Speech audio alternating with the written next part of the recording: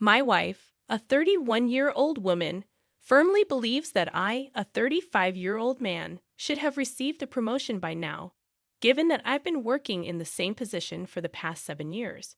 Her frustration began to surface after 5 years in this job, when she started making sarcastic remarks. She would often compare my situation to her friend's husband, who got promotion after just 2 years, and her sister's fiancé, who secured a position after only 3 years at their respective jobs.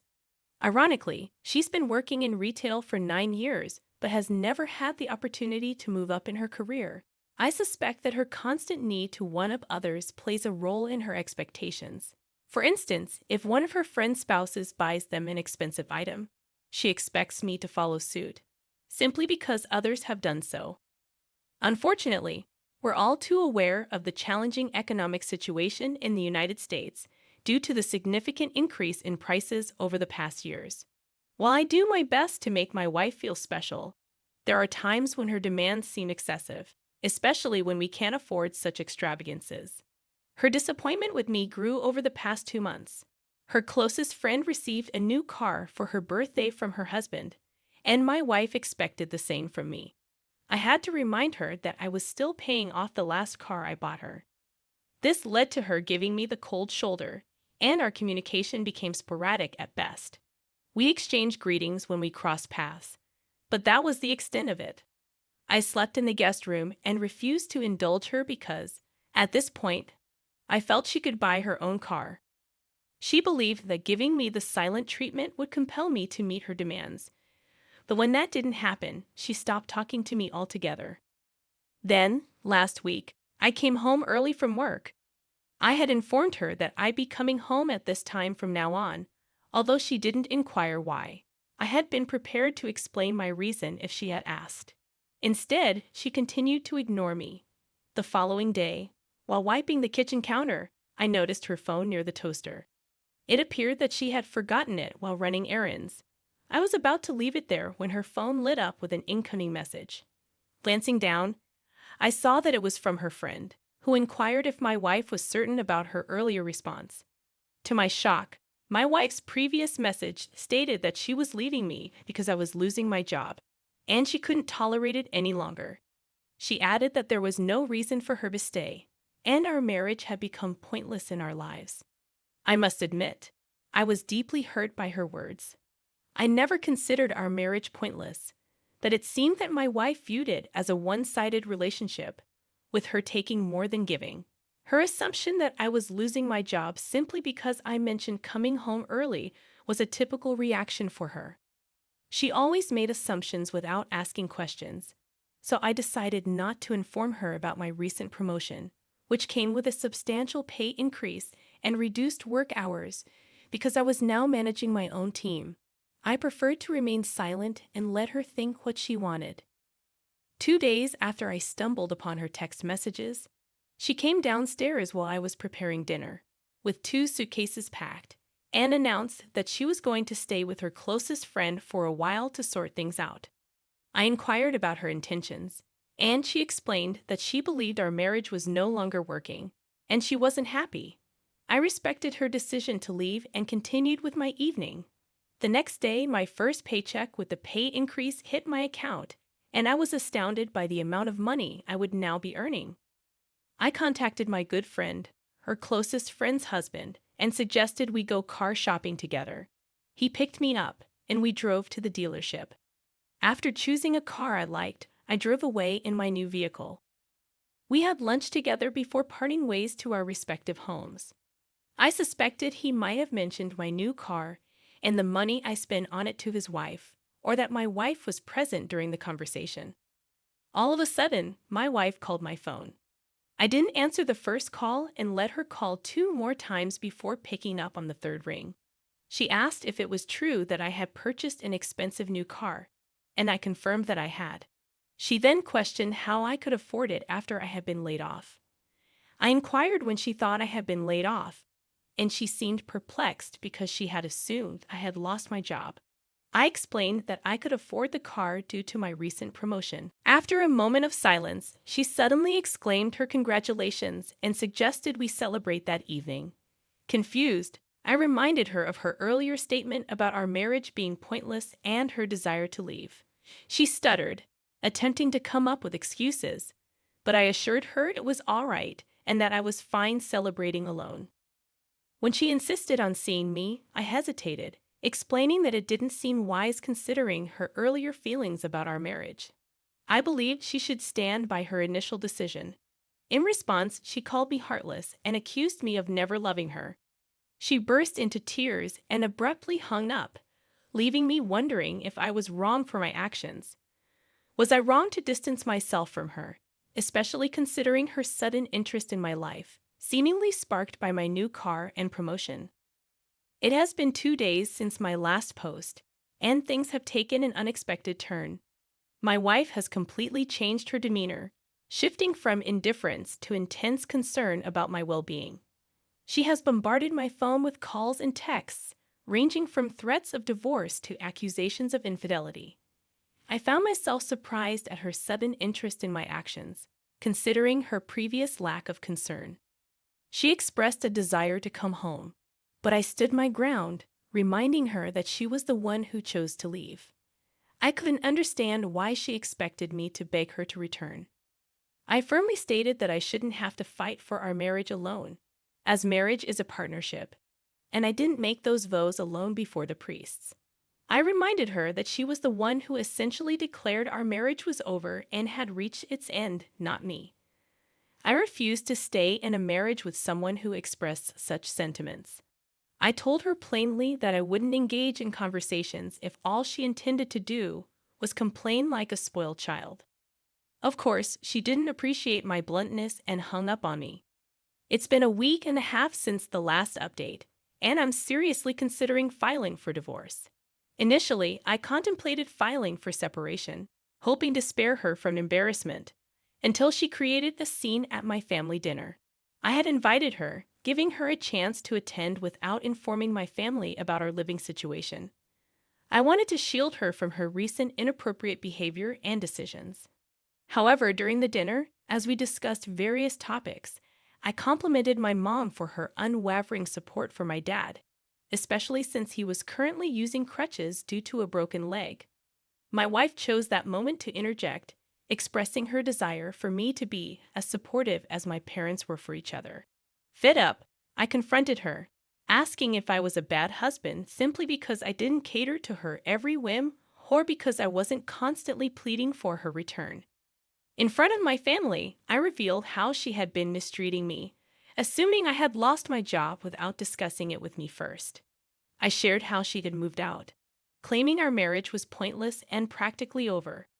When my family questioned her, she tried to turn the situation around, suggesting she was trying to salvage our marriage. But I had been mistreating her ever since my promotion. I pointed out that she only wanted the marriage now because I was making significantly more money, and she wanted to enjoy the benefits. She began crying, portraying herself as the victim, and accused me of trying to leave her for a younger woman. My parents became upset, thinking I was pushing her out to make room for someone else due to my recent promotion. I chuckled and handed them my phone so they could see our text messages and understand the truth of the situation.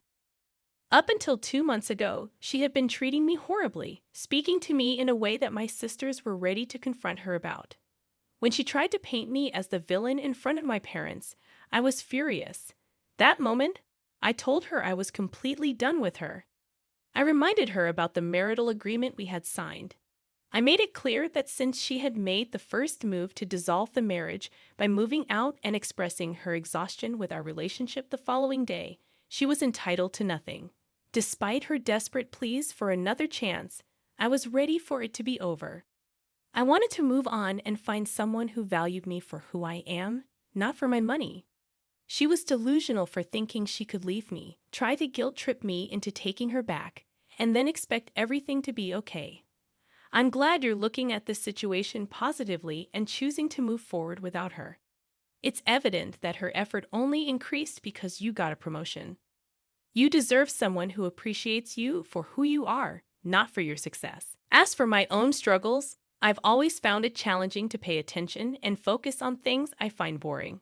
Managing deadlines, waking up, and falling asleep have always been difficult for me, and my memory is incredibly weak. Somehow, I managed to get through high school and even secured a spot in my dream university, although I felt it was more due to luck than my efforts.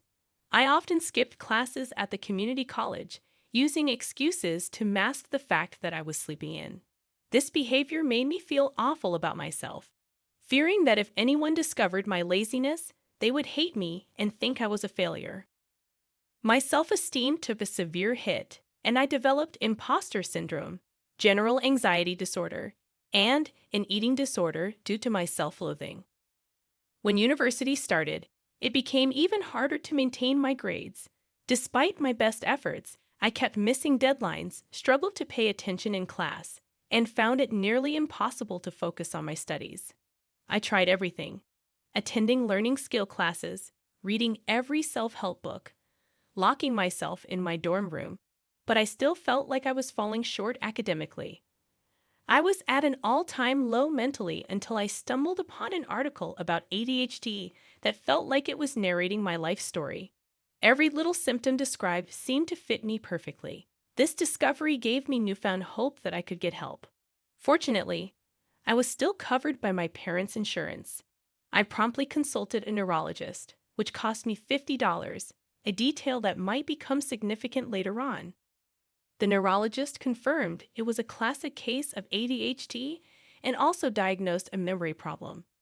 He provided me with a comprehensive treatment plan, including medication. I felt an overwhelming sense of relief and validation. Yesterday, I took half a pill for the first time, and it was a transformative experience. It was as if someone had turned off a loud noise that I hadn't even realized was there. I'd never felt so focused and calm in my entire life. Excited, I called my family to share the news.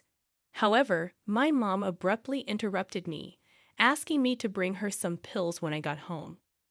My father chimed in, suggesting that my 16-year-old brother, who likely had a more severe case of ADHD than mine, should try them too, as he was struggling to maintain his grades.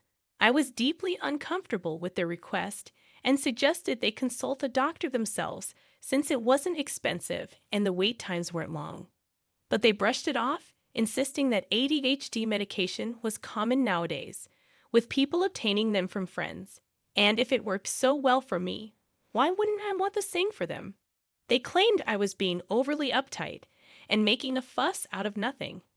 I'm torn because I understand people often share these medications, but I'm worried about the legality and potential consequences. Additionally, I fear running out when I need them, which might sound selfish. I want to emphasize that my brother is completely unaware of this situation and is the sweetest young boy who would never pressure anyone for anything. I want to express my gratitude to everyone for their supportive comments. I wish I could respond to each one individually, but please know that I've read them all. Your positivity has genuinely made my day and helped me feel better about my situation. Thank you for your kindness. I want to clarify that I never seriously considered sharing the medication. My post was more about my conflicted feelings regarding their request. Under no circumstances should you give away your prescription meds. ADHD medications are controlled substances, and running out before the prescribed time could lead to suspicion of illegal activity. Selling them or sharing them with family members could get you into serious trouble. If you fear someone might steal them, consider using a lockbox. It's unwise to share prescription medications. Your family members should consult a doctor for their own diagnosis and treatments. Introducing new medications without supervision might lead to harmful interactions.